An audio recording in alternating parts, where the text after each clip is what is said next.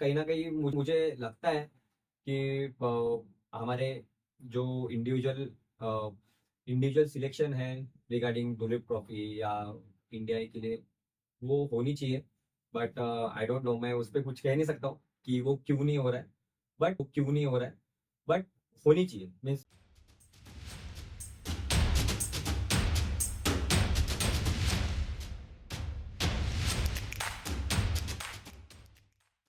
Alongside me is the most successful captain in Ranji Trophy history for Vidarbha, Akshay Wadkar. Akshay भाई, सबसे पहले तो बहुत बहुत बधाई। Thank you. विदर्भा तीसरी बार रणजी ट्रॉफी चैंपियन बन चुका है। इसके पहले 2 बार जब आप रणजी ट्रॉफी चैंपियन बने थे, उस टीम का भी आप हिस्सा थे, लेकिन बतौर एक खिलाड़ी। हाँ। इस बार आप कप्तान भी हैं, तो how's the josh, how's the feeling like? नहीं, मीन्स एक एज अ कैप्टन आपके ऊपर थोड़ी ज़्यादा रिस्पॉन्सिबिलिटी होती है rather than as a individual. जब हम 2017-18 और 18-19 में हम जीते थे, तब मुझ पर ज़्यादा जिम्मेदारियाँ नहीं थी। बट इस बार मेरे पास ट्रिपल रोल था, बैटिंग भी था, कीपिंग भी था और कैप्टनशिप भी थी। तो थोड़ा और खुद के ऊपर स्ट्रेस देने की थोड़ा थोड़ा ज़्यादा नीड थी। बट मैंने ये सब चीज़ें एंजॉय किया। और मुझे ऐसा लगता है कि आप अगर एंजॉय करते हो चीज़ों को, तो आपको वो चीज़ बर्डन नहीं लगती है। और आपको सक्सेस मिलने के चांसेस उसमें ज़्यादा रहते हैं। उसमें अगर आपको आपके टीममेट्स और सपोर्ट करेंगे, और आपके बॉलर्स, आपके बैटर्स अगर प्रॉपर वे से अगर क्लिक हो रहे हैं, तो आपको ज़्यादा सोचने की ज़रूरत है। हम कप्तानी की बात कर रहे थे, जिम्मेदारियों की बात कर रहे थे, तो जब रेड बॉल क्रिकेट में आपने कप्तानी संभाली विदर्भा के लिए, you had some big shoes to fill in. Faiz Fazal से आप कप्तानी ले रहे थे, सबसे बड़े खिलाड़ी अभी तक के विदर्भ क्रिकेट के हम कह सकते हैं।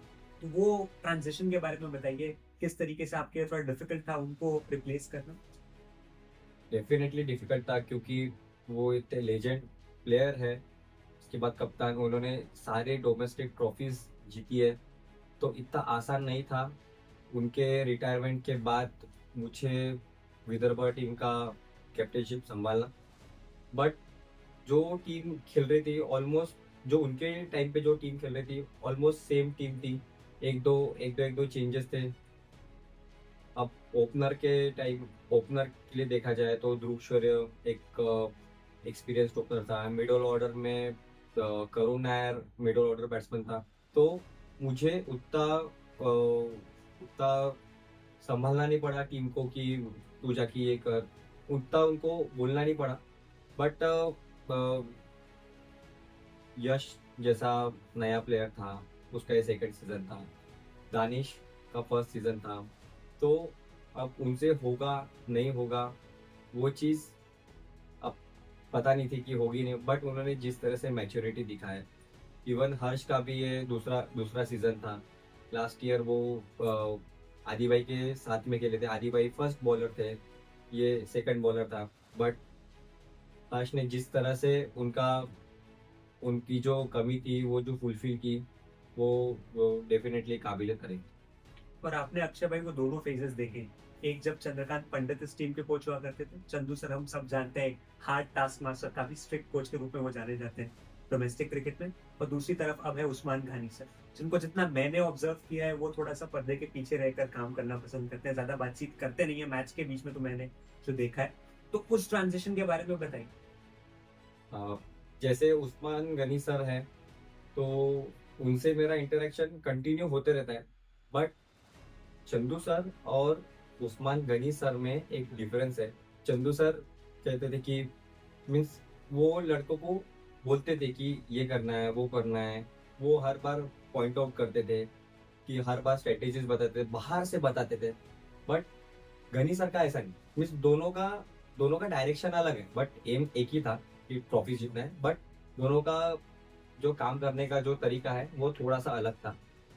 गनी सर के बारे में अगर मैं बोलूंगा, तो वो ऐसे कोच है कि जो मुझे गेम के बाहर बोलते हैं, बट गेम के अंदर वो मुझे खुद डिसीजंस लेने को बोलते हैं। तेरे को जो लगता है, तेरे इंस्टिंक्ट्स को जो लगता है, तू वो चीज़ कर। और तेरे को जो लगता है वो उस पर बिलीव रख। तो ये सब चीज़ें होंगी। फिर जब गेम खत्म होता है, जो जैसा डे एंड होता है, जैसा मैच एंड होता है, तो वो चीज़ बोलते हैं कि तू ये चीज़ कर सकता था, वो चीज़ कर, वो चंदू सर के टाइम पे वैसा नहीं था। चंदू सर लेके हर बार, हर मैच में, हर बॉल पे, हर ओवर में वो चीज़ बोलते थे कि तेरा उसको इधर सरका, उसको उधर सरका, उस बॉलर को लगा, उस बॉलर को लगा। तो मुझे ये जो मैं तो उनके टाइम पे कैप्टन नहीं था, सर के टाइम गनी सर के टाइम पे कैप्टन था मैं। तो मुझे खुद के बलबूते पे डिसीजन लेना, तो मुझे ऐसा लगा कि मैं उनके खुद के बलबूते पे डिसीजन ले सकता हूँ। और विदर्भ क्रिकेट की जब हम बात करते हैं पिछले 4-5 साल या 8-10 साल आप कह सकते हैं, हम देख रहे हैं एक से बढ़कर एक नए प्रतिभावान युवा खिलाड़ी आते जा रहे हैं। इस साल हर्ष दुबे, यश राठौर, दानिश मालेवार, पार्थ त्रिखाड़े। तो इस विदर्भ के क्रिकेटिंग फैक्ट्री में ऐसा क्या खास है? विदर्भ के क्रिकेटिंग फैक्ट्री में अगर आप देखा जाए तो जैसे नागपुर में आप देखो कि बहुत ज़्यादा गर्मी रहती है, तो ऑब्वियसली आप, अगर आप सिर्फ इनको देख रहे हो, हर्ष और पार्थ को देख रहे हो, बट इनके पीछे भी 3 से 4 लेफ्ट आर्म स्पिनर्स हैं जो कॉम्पीट कर रहे हैं। बट अगर कंपटीशन अच्छा रहेगा ना, तो ये ऑटोमेटिकली अच्छा करते जाएंगे और कंपटीशन ग्रो होते जाएंगे। और चलिए आपके परफॉर्मेंस के बारे में थोड़ी सी बात करते हैं। हमने देखा है जब जब टीम मुश्किल में रही है, तब तब क्राइसिस मैन रहे हैं अक्षय वाडकर। सेमीफाइनल में भी जब मुकाबला फंसा हुआ था, सेकंड इनिंग्स में जब आप बल्लेबाजी करने उतरे, 4 विकेट गिर गए थे, फिर आपने वो क्रूशियल साझेदारी बनाई यश के साथ। तो आप इस तरीके के प्रेशर सिचुएशंस को किस तरीके से हैंडल करते हैं? क्योंकि जितना हम सबने आपको ऑब्जर्व किया है, you don't show a lot of expressions on your face, you look very calm and composed. Uh, सबसे पहले तो मुझे ऐसा लगता है कि ऑब्वियसली सबको पता है कि क्रिकेट इंडिविजुअल गेम तो नहीं है, क्रिकेट टीम गेम है। अगर मैं खेल रहा हूँ तो मेरे साथ भी कोई खेलने वाला चाहिए, तभी वो मेरे 50 रन, मेरे 70 रन दिख के आते हैं। मेरे 50 रन इसलिए हुए कि वो टाइम पे यश राठौड़ अच्छा खेल रहा था। यश राठौड़ और मैं हमेशा बात करते रहते हैं। वो 5 नंबर खेलता है, मैं 6 नंबर खेलता हूँ, तो मोस्टली हमारा हमारा पार्टनरशिप होता ही रहता है। 10 में से 6 बार होगा कि हम साथ में खेलते रहे। तो एक इंडिविजुअल तभी परफॉर्म करता है जब आगे वाला पार्टनर का अपन को, आपको पता रहता है कि वो क्या खेलता है, वो उसको पता रहता है कि तुम क्या खेलते हो, कौन से समय पे आप क्या सोचते हो, क्या नहीं सोचते हो, कौन से टाइम पे आप रैश शॉट खेल सकते हो, कौन से टाइम पे आपका माइंड फ्लक्चुएट होता है, इधर या इधर मार सकता हो, उधर मार सकता है, ऐसा सोचते हैं। तो बात करते हुए खेलना और किसी और टैलेंटर्स के साथ खेलने में थोड़ा सा फर्क है। तो वही चीज़ लगता है कि मेरा जितना भी परफॉर्मेंस हुआ है, वो एक बैट्समैन के साथ हुआ है, और वो उसके बाद जब हमारा पार्टनरशिप होता है या मैं आउट हो जाता हूँ या आगे नेक्स्ट बैट जो आउट होता है, उसके बाद जो हमारा पार्टनरशिप होता है, तो उसकी वजह से फिर 30-40 रन एक्स्ट्रा बनते हैं, तो वो एक दिख के आता है। और आप इस सब प्रेशर सिचुएशन में अपने आप को हैंडल कैसे करते हैं? क्योंकि इतना काम और कंपोज रहना आसान बात नहीं है। नहीं, सिंपल सी चीज़ है कि आप अगर खुद के रन्स देखोगे तो आपको कंटिन्यूसली प्रेशर आते जाएगा।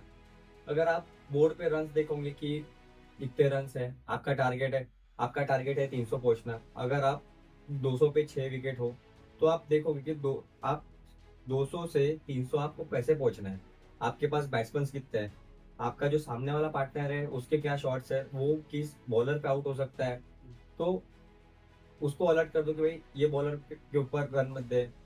और ये सब छोटी छोटी चीजें रहती है जब आपको हैंडल करनी पड़ती है।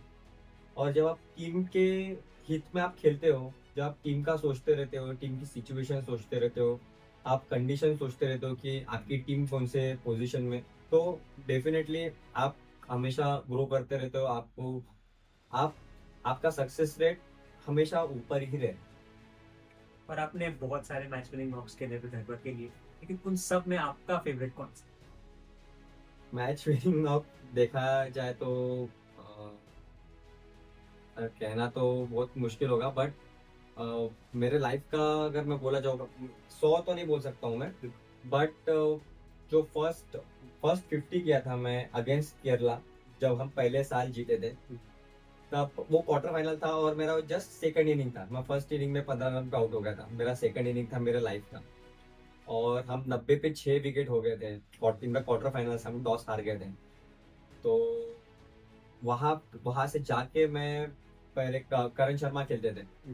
पहले आदित्य सरवटे के साथ पार्टनरशिप की, उसके बाद करण शर्मा के साथ पार्टनरशिप की, और वहां से हमने 200 पे 7 विकेट लगाए।